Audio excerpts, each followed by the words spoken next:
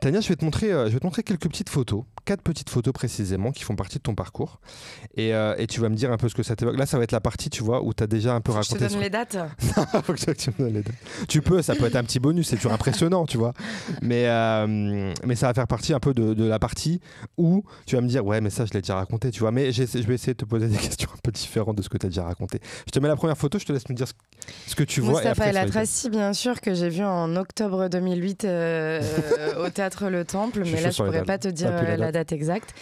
Et c'est en voyant son spectacle, mais du coup dans toutes mes interviews je parle de lui, c'est ouf, il doit avoir des Google Alerts avec mon nom tout le temps, Mustapha.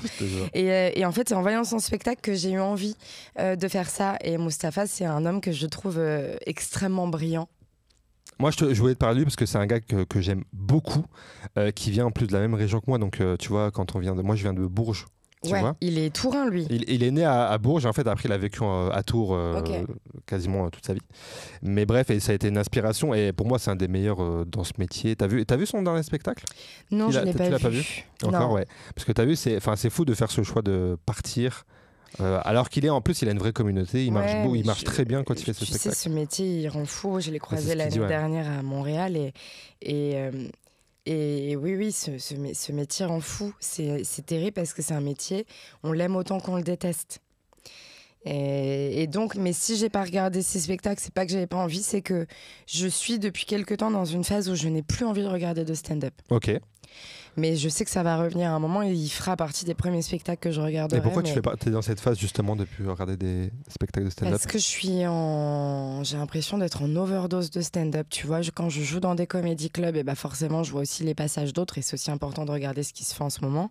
Mais donc j'en peux plus en fait de voir du stand-up tout le temps. C'est contre-productif, tu penses, d'avoir trop ça en tête ? C'est pas contre-productif, mais j'en ai tellement bouffé que je sais pas, c'est t'as besoin d'une pause. Comme une overdose vraiment. Ouais, ok, très bien. Je te laisse swiper sur la photo d'après. Le N de Netflix. Le N de Netflix, bien sûr. Donc ça, le tournage, c'était le 25 juillet 2018 avec la sortie 1er janvier 2019. C'est impressionnant quand même, là. Non mais vraiment, je suis choqué, là. De cette partie mémoire incroyable. J'ai une très très bonne mémoire. Bah ouais. Mais c'est pratique, mais c'est pas un cadeau. J'allais dire, est-ce que c'est utile dans la vie de tous les jours ? Pourquoi c'est pas un cadeau ? Parce que tu te rappelles de détails dont t'as vraiment pas besoin. Ah oui, ce genre de truc, ouais. Tu vois, des fois, il y a des trucs, je regarde mon agenda. Et en plus, tu vois, moi, je note pas les anniversaires des gens dans mon téléphone parce que je connais les dates. Okay. Mais je regarde pas tous les jours quelle date on est. Donc, des fois, j'oublie. Mais tu vois, il y a pas longtemps, en avril, le 21 avril, sur mon téléphone, je dis « Ah bah, c'est l'anniversaire d'Alizée. Alizée qui était en classe avec moi au collège. » Ok. D'accord. Et je me suis retrouvée à appeler Alizée que je ne vois jamais parce que j'ai vu que c'était son anniversaire. Mais ouais, donc c'est bien, mais bon, ça. Ouais. Mais t'as moins d'excuses du coup si t'oublies. On va dire, ceux qui savent que t'as une bonne mémoire, on peut te dire, bah tu sais très bien que c'était mon anniversaire. Alors c'est ça qui est terrible, c'est qu'il y en a qui vont dire, bah t'as pas une si bonne mémoire que ça. Mais oui, mais en fait je choisis aussi des fois ceux dont j'ai envie de me rappeler. Oui. Des fois j'ai des informations, j'ai pas envie de les avoir, je les ai. Mais si vraiment je me rappelle pas, bah c'est que ça m'intéressait pas en fait, tout simplement. Hein. Ouais, donc c'est un vrai message là pour ceux qui te rappellent pas, c'est que voilà, tout est dit. Mais il faut dire la vérité, il faut être honnête. Donc tournage Netflix, écoute, beaucoup de stress. Ça a été un des derniers gros stress de ma vie. Après je dis non mais en fait je peux pas me mettre dans cet état là chaque fois que je travaille, parce que ça reste un travail en fait de faire des blagues. Et donc voilà, au moins ça m'aura appris ça, beaucoup de stress, parce que tu sais que le truc il reste, ça leur appartient à vie, hein, ce qu'on a fait, hein. Ça m'appartient plus. Mes blagues ne m'appartiennent plus, c'est plus à toi. Et j'étais très contente de ce que j'ai fait, mais si tu me remontes mon passage en entier aujourd'hui, je dirais oh là là, ça pouvait être tellement mieux. Donc très contente de l'avoir fait, mais si ça pouvait être enlevé, on ne serait pas déçus non plus. C'est vrai. Hein. Ouais. Ça a changé quelque chose à ce moment-là de ta carrière ? Le fait d'être sur Netflix, les retours que tu as eus, peut-être dans le milieu ou quoi ? Ça m'a donné de la confiance parce que j'ai galéré pendant vraiment longtemps et j'ai commencé à faire du stand-up pur en 2016 et toi j'ai tourné en 2018. Donc ça m'a donné de la confiance. Je me suis dit ok, j'ai ma place. Ouais, parce que finalement 2 ans après, comme tu dis, c'est quand même tôt, et un programme comme Netflix qui arrive et qui te choisit, c'est quand même hyper gratifiant. Et on parle de Netflix, on parle un peu de séries. Tu regardes beaucoup de séries toi ? Quand même, ouais. Ouais ? C'est quoi la dernière série que tu as matée, par exemple ? La dernière série que j'ai matée... En fait, le problème, c'est qu'on est tellement dans une surconsommation. Franchement, la mémoire, je suis un peu déçu. Non, mais parce que j'en ai vu plein. Non, c'est vrai. Celle que j'attends vraiment de pied ferme, c'est The Handmaid's Tale, la dernière saison, là. Mais après, dans les séries, on est tellement dans une surconsommation.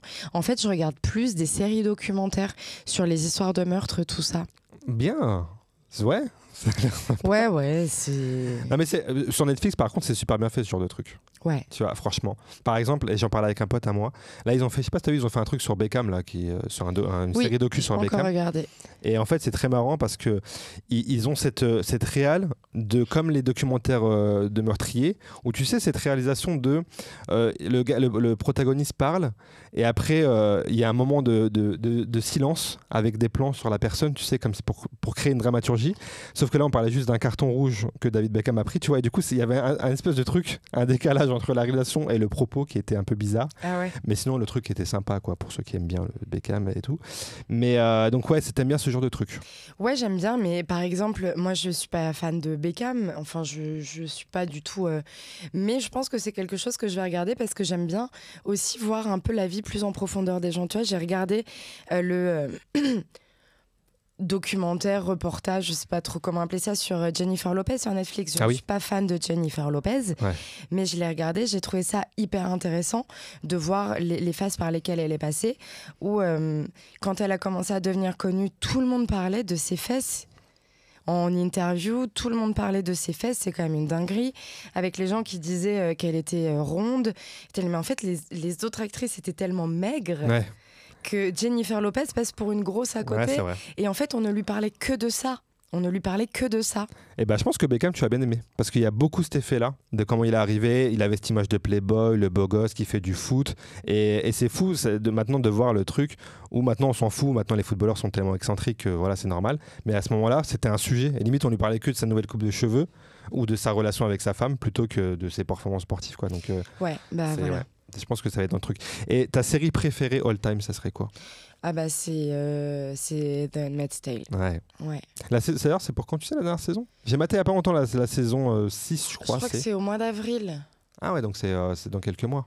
Ouais, mais ça fait 2 ans là. Enfin, ça fera 2 ans. Hein. Ouais. T'es toujours à fond dedans ? Ouais. Ouais, tu kiffes toujours autant ? J'ai lu les bouquins aussi. Ah, c'est pour ça, donc t'es une vraie fan du truc. Non, j'ai vu la première saison, après du coup j'ai lu le roman puisque je ne connaissais pas, Et ensuite, Margaret Atwood, ça a tellement cartonné, et elle a écrit un autre roman qui est 15 ans après Gilead, et donc je l'ai lu aussi.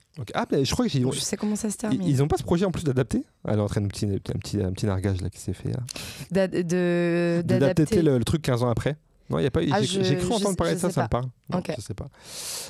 Est-ce qu'il y a une série que tu fais croire à tout le monde que tu as vu alors que tu n'as jamais vu ? Non, je mens pas. Non, t'as pas ce truc-là. Mais des fois, je mens pas du tout, moi, donc je fais pas.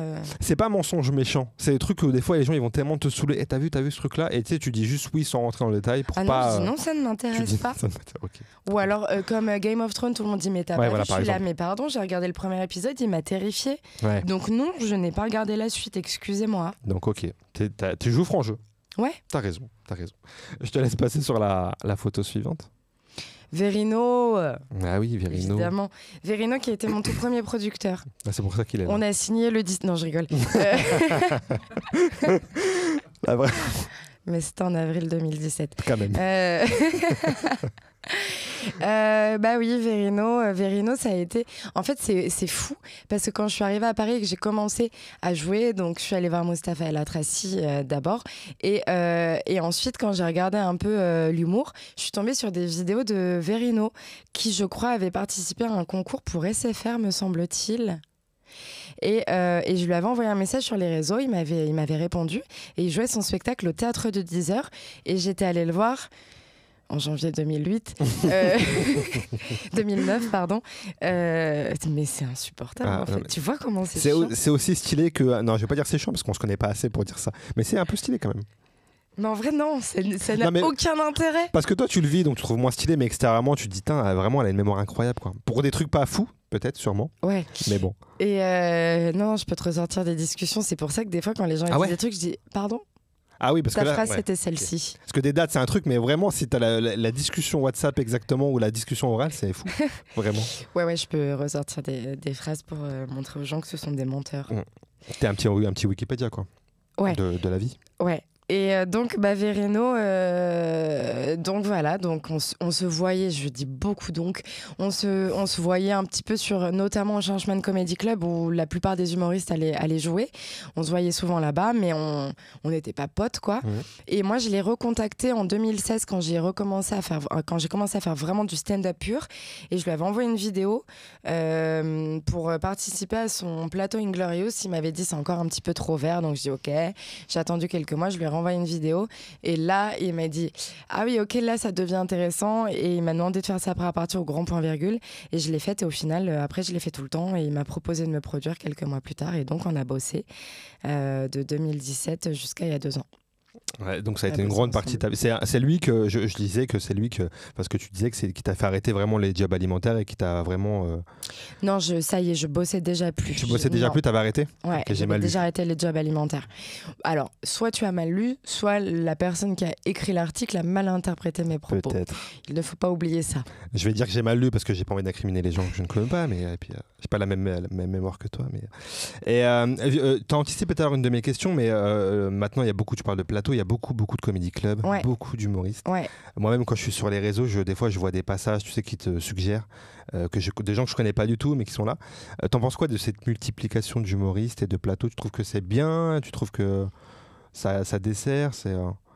T'as un avis là-dessus? Moi, je trouve que les comédie clubs qui ont ouvert, c'est super, parce que ça, en fait, avant, quand on jouait quand il y avait que des plateaux, on était payé au chapeau. Et c'est pas fou. Ça te crée pas un statut.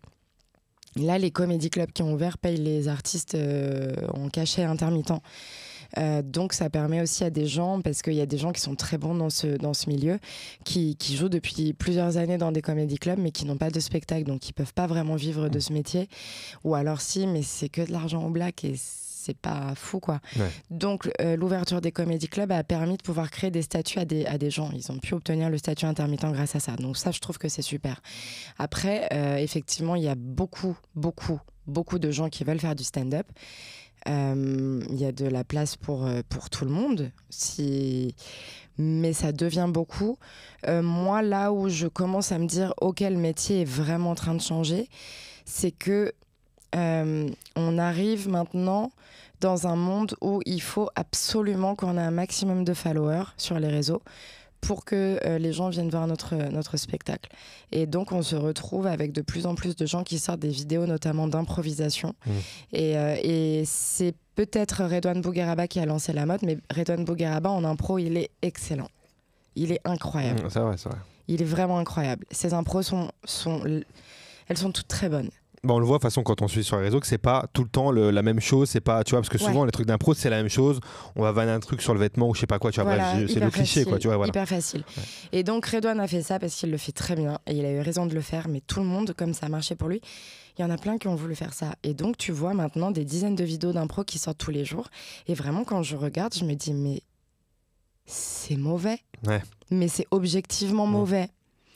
En qualité de stand-up, hein, que des gens puissent trouver ça drôle, ok, mais quand tu regardes, les blagues sont faciles, elles ont déjà été entendues 50 fois, c'est mauvais. Mais du coup, toutes ces personnes font aussi grossir leur communauté, et donc il y a beaucoup de gens qui vont les voir, et là, c'est pas très bien ce que je vais dire, mais je le pense, c'est que ça fait vraiment baisser le niveau du stand-up. Les gens vont voir ces personnes-là en se disant, ok, c'est comme si j'étais en train de dire que j'étais excellente, ce n'est pas le cas. En revanche, les personnes qui font ça sont pas incroyables sur scène. Ouais. Et on se retrouve avec des gens qui cartonnent sur les réseaux et qui se disent bah tiens, en fait maintenant j'ai envie de monter sur scène, et qui font des spectacles. Et effectivement, leurs salles sont remplies, ils vendent beaucoup plus de billets que moi, et je le reconnais. Mais je n'ai pas de retour positif. À chaque fois, on me dit bah non, c'était pas ouf. Et en fait, vraiment, ça fait baisser le niveau du stand-up. Ça me fait, parce que tu me dis, ça me fait. Oh, je vais me faire taper sur la gueule. Hein. Moi, j'ai regardé. À la base, on parlait de Verino, il n'y avait pas de. Ouais. Non, mais ce que tu me dis, ça me fait penser à un parallèle avec le. Tu m'as parlé du fait qu'il y avait beaucoup d'humoristes. J'essaie de tester quelqu'un qui a une mémoire incroyable, qu'est-ce que je raconte. Mais ça me fait penser à un parallèle avec le rap, tu sais, où moi j'écoute un peu de rap et tout. Ouais. Et il y a ce truc-là de beaucoup de rappeurs sortent un truc sur les réseaux ou sur TikTok, parce que ça se passe beaucoup là-bas aussi. Et qui va péter et qui va leur faire signer en maison de disque et tout. Mais après, derrière, il n'y a pas la suite, il n'y a pas d'album, ou il n'y a pas un niveau sur scène, où il n'y a pas de. Tu vois, parce que voilà. Et j'ai l'impression que c'est un peu un parallèle avec les humoristes, c'est un peu le même game. Oui, bien sûr. On va voir dans quelques années. Le tout, c'est de tenir sur plusieurs années. On verra si ça tient. Mais le truc, c'est que, tu vois, tu dis ça, les gens qui. Donc ces gens-là peuvent se créer une communauté, les gens vont voir un spectacle, mais s'ils sont déçus, je pense que le bouche à oreille, ça va aussi vite. Donc est-ce que ces gens peuvent perdurer sur le temps en faisant ce truc de communauté sur les réseaux, mais après faire un deuxième truc, un deuxième spectacle, c'est peut-être pas... en tout cas, les gens qui ont été déçus vont pas y retourner la fois d'après. C'est peut-être le temps qui va faire le tri un peu de tout ça, parce qu'on est dans une mode un peu là de réseau et tout, mais... Et d'ailleurs, pour parler avec plusieurs humoristes, il y a des gens qui sont un peu esclaves, entre guillemets, de jouer ce jeu-là des réseaux, de mettre des passages. Mais bien sûr, alors que moi-même, je le suis. Voilà, alors que pas forcément l'envie de le faire, mais c'est devenu un passage obligé, entre guillemets. Quoi. Ouais. Donc, ouais. Ça, c'est dur parce c'est beaucoup de pression il faut sortir du contenu pour avoir une communauté. Et on est là, mais en fait, on peut pas... Et c'est pour ça, j'ai déjà sorti un truc en impro, mais vraiment, je me disais, mais putain, c'est pas pertinent, c'est de la... Oui, ça a très bien marché dans la salle, mais c'est de la private joke, quoi, ça peut pas... C'est hors contexte. Et donc, il y a d'autres trucs, après, quand je faisais des spectacles, des fois, il m'a été demandé de regarder les impros pour les sortir, vraiment, je les regardais, je dis, non, faut arrêter de faire ça, c'est pas du tout quali, quoi. D'être obligé de faire ça, effectivement, d'être obligé de passer par cette étape-là si tu veux remplir un minimum les salles, quoi. De temps en temps. Ouais. Je te laisse swiper sur la dernière photo. Tout à fait. Tinder. Ça fait partie des thèmes que tu as explorés dans tes spectacles. Ok. D'ailleurs, qui sont des rencontres que tu as pu faire, qui sont des passages de ton spectacle. Là là, oh là là, qu'est-ce qu'on est bien dans ta chatte. On fait un petit raccourci pour aller vers... Tu vois. Parce que j'allais dire, attends, je suis pas du tout... Parce que ça fait... Alors si, je suis retournée sur Tinder cet été. Enfin, pas sur Tinder, parce que j'ai filé le compte à un pote qui s'était fait bloquer son compte. Putain. Mais je suis allée sur Happen cet été. Et c'était la première fois depuis très longtemps que j'allais sur un truc comme ça. Et Tinder, donc j'imagine que tu fais référence à oh là là, qu'est-ce qu'on a bien dans ta chatte. Par exemple. Je crois qu'il n'y a que ça que j'aborde par rapport à ça. Parce qu'effectivement, j'ai fait un date avec un gars. Tu sais, tu te parles par écrit, tu t'y attends pas. Et quand il arrive, il avait un peu la voix de Mickey. Et c'est pas grave. Ouais, mais après, le mec, il m'a quand même dit que ses 3 derniers dates, il les avait ramenés chez lui, qu'ils avaient couché ensemble et qu'il venait de se faire opérer du pénis. Et j'étais là, mais je ne lui ai même pas posé toutes ces questions. C'est pas ça le sujet, quoi. Ouais. Et t'en penses quoi de ces applications en règle générale, tu fais des rencontres intéressantes ou ce genre de rencontres dont tu viens de parler?